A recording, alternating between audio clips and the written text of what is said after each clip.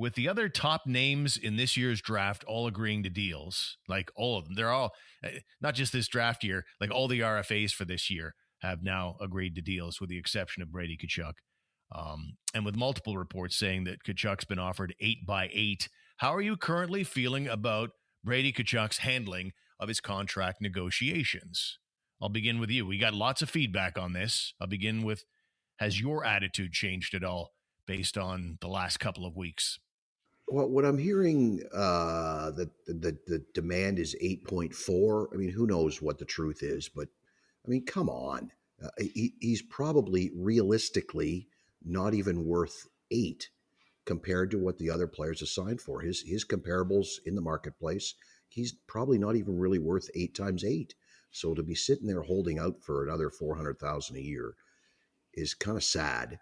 I think there's probably a bone of contention there with the whole signing bonus idea. The players don't like signing bonuses, the players like signing bonuses because they save on escrow. Eugene Melnick is pretty much no, we don't do signing bonus, and that's probably a bone of contention. But like, I mean, realistically, let's just get on with it. 8 million times 8 is pretty damn good. I think where it changed for a lot of people was when Matthew Tkachuk, I don't know, a couple of weeks ago, decided he would come forward and start saying things like, my dad held out, I held out, and I guess Brady's being a Tkachuk now, something along those lines. I was paraphrasing a little, but I think that maybe turned some opinions in the other direction somewhat. A disclaimer on this whole conversation, by the way, we don't know what's going on officially. We're hearing 8 million. You heard 8.4 million, as did one of our good listeners. It's, the Sens have been very clear about this. We don't negotiate through the media, at least publicly. Who knows what's being fed to the media, if you know what I mean. But, I mean, you look at all the RFAs have now been signed, and combine that with the fact that, we've got, less than 2 weeks away from the regular season opener, and you see that all the RFAs have now been signed in the league. Quinn Hughes, Elias Pettersson, they both signed. He's the last guy standing, and it doesn't seem like we have anything imminent here. And it seems like the fans are buying into that report that it's an 8x8 at least, and he's not signing that. I think people are starting to get a little disgruntled with this kid. Well, good for the people. Like, I agree with them. Like the Senators, like I just finished saying, I really think that 8 times 8 is an overpayment. I understand why it has to be 8 times 8. I understand that he's worth so much more to the market than other players.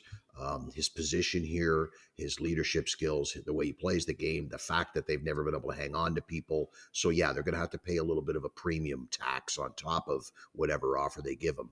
But 8 times 8 is damn good, and it should just get done. And people who are upset about it, I don't blame them in the least. He may end up, nobody's going to boo him, but yeah, I think that if you took a real poll, most hockey fans would be siding with the Senators by now. And they are, based on, I mean, it's not scientific or anything like that. It was just something I did on Twitter, and it's probably more a survey than an actual poll, yes or no scenario, but there's lots of good feedback. And the feedback, I would say, was 2-1 in favor of having a negative vibe about Tkachuk right now. And let me ask you this. On Friday, as most people would know by now, the Sens destroyed Montreal.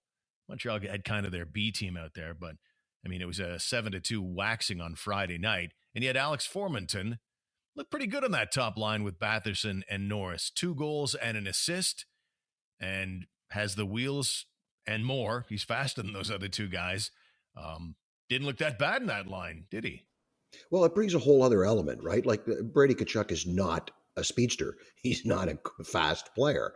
He brings the element of the toughness and the muck and the grind and the down low work to that line. You take him out, you put Formenton in, it's a whole other look, and it's a lot of speed on the wing. And yeah, they each had 3 points, did they not? They all had good nights. I'm pretty sure I took Formenton in our little most underrated guy, didn't I? Thinking maybe he could play higher up in the lineup if given minutes and some decent line mates. Yeah, he looked great. Okay, fine. Do we want him there all year? Can he maintain that pace all year, or is he Brandon Buchenski? Right. Yeah, hard to say for sure. Let's get to some of the feedback we got from the good listener. Okay, let's reset the DunrobinDistilleries.com web poll here. with the other top names from his draft year agreeing to deals and multiple reports saying he's been offered 8 by 8, how are you currently feeling about Brady Tkachuk's handling of his contract negotiations? And a few people saying that wasn't necessarily a fair way to put it. I don't know what people want. I think I've just asked for people's opinions. And I think that was as an objective way, the most objective way I think I could put it. But did that sound like I'm steering people No, in any no, direction? not at All all. right. I saw the one guy who reacted to you, and I'm like, well, wow, how did you want us to word it? But go ahead. What kind of results did you get there? So these are some of the reactions. I'll start with the pro Brady comments. Alex Marshall, if you're defending a billionaire instead of Brady Tkachuk when it comes to apparent greed, then you're all going through life wrong. Hashtag pay Brady, hashtag Melnick out. Matt Hall writes, I'll tell you how I'm feeling. I'm annoyed that the media and fans are dragging our future captain for knowing what he wants and trying to get the best value for himself over 8 years. Leafs fans turned on Nylander, and it soured that relationship forever there. And Biggles the cat, and I always put a lot of stock into what Biggles the cat has to say.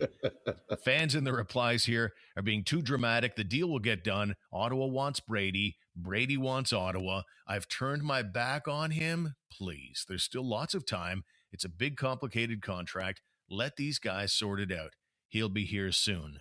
Any thoughts on some of the Brady Tkachuk, the pro Brady Tkachuk folks?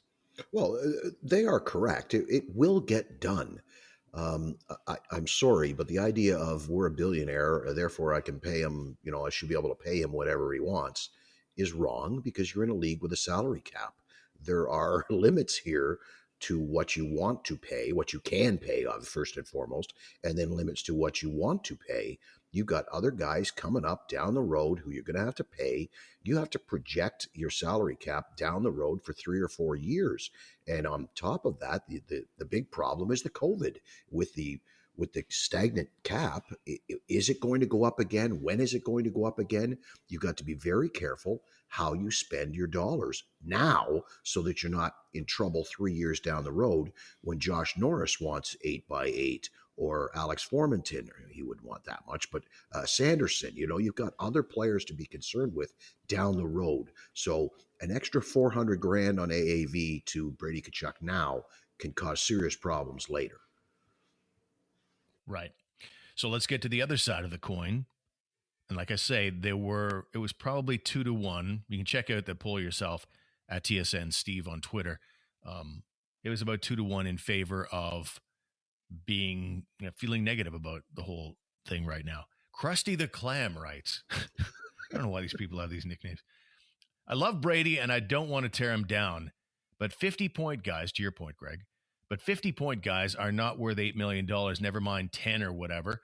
Not even with the hits, the fights, and leadership. Landeskog just took 7 with no upfront bonuses. I'm okay with 8, but beyond that, it starts to eat into our ability to sign other players. If he's been offered 8 by 8 and is holding out over structure or signing bonuses, I'm not feeling good about it. Feels like the New Chuck gang, combo of Newport Sports and the Tkachuks.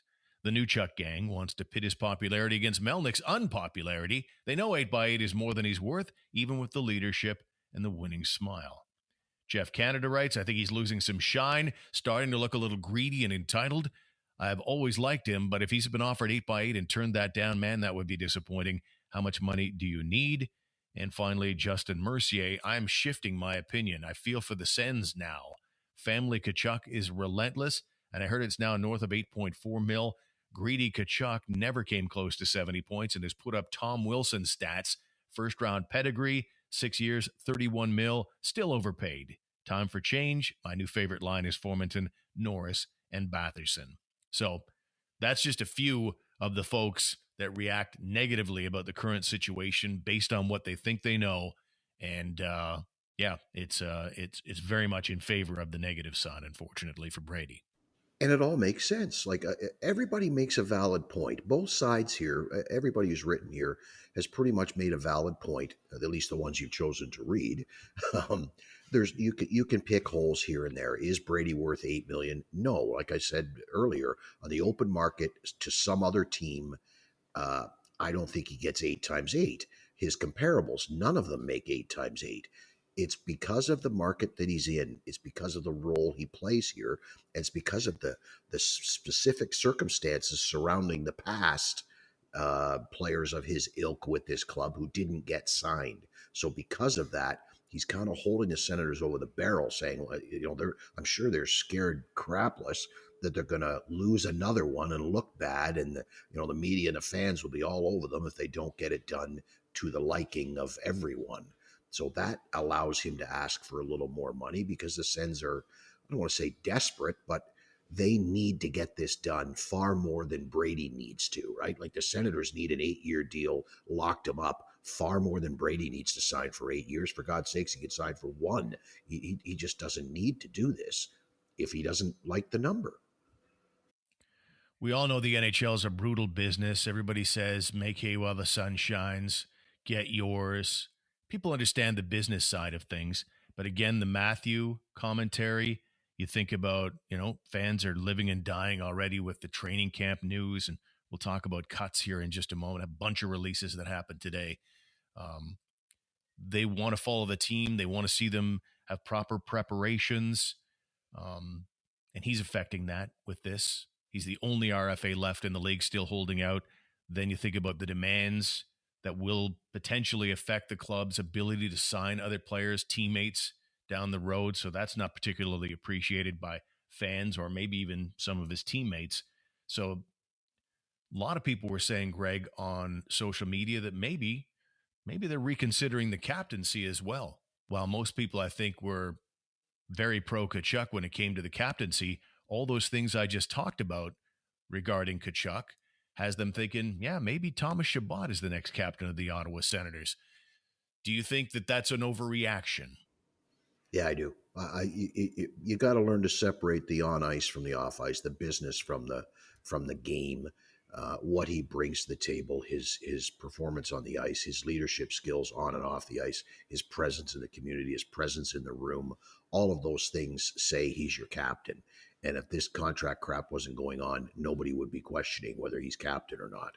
So to bring the business into it and say, take away the C because of business, I just that's wrong. Like I understand people wanting him to be loyal and saying, "Yeah, I want to be a senator. I want to be the captain. I'll sign for whatever." Well, think about that in your own job when the boss is, you're making $20 an hour and you want 25, and the boss says, "Well, you're happy here, you like it here, and everybody likes you. Why don't you just take $20 an hour?" Try to think of it yourself in your own situation. It shouldn't affect Yeah. the way he plays on the ice. It won't affect the way he plays on the ice, whether he signs for 8.8 or 8 times 8, or whether he signs for 3 years at 6.5. Whatever it is, it will not affect the way he plays on the ice. He will still be the leader, and he should still be the captain. I don't blame people for feeling the way they do. I think if it were a one-off and this hasn't happened, this kind of thing, clashes between player and team not willing to pay guys. Like there's just been in this 4-year rebuild, it's been a lot of angst about players going out the door. So this is a beat up fan base. Team's been bad last year, little better. Last month was pretty good and certainly looked like they're on the right path. But I don't blame fans. If this were just we're in a vacuum, this is the first time out of the blue, I think the fans would be in the mode of that's okay. It'll get done.